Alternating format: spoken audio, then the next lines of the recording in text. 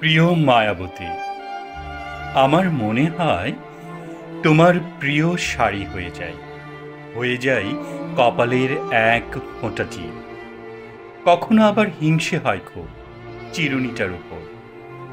তোমার চিরুনি হয়েও যদি থেকে যেতাম, এলোমেলো চুলের গন্ধ পেতাম।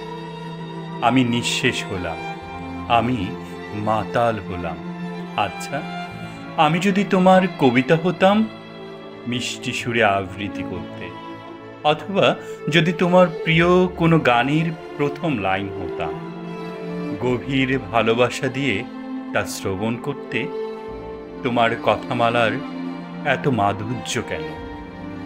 তোমার কথা ভাবলে মন ভালো হয়ে যায় কেন? এমন গুরুতর অবান্তর অনেক প্রশ্নই আছে।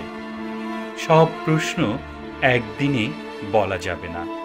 তুমি বরং সব সময় শাড়ি পরেই থাকবে। শাড়ি পরলে তোমায় ভীষণ সুন্দর লাগে। কবিতা লিখতে গিয়ে চিঠি লিখে ফেলেছি।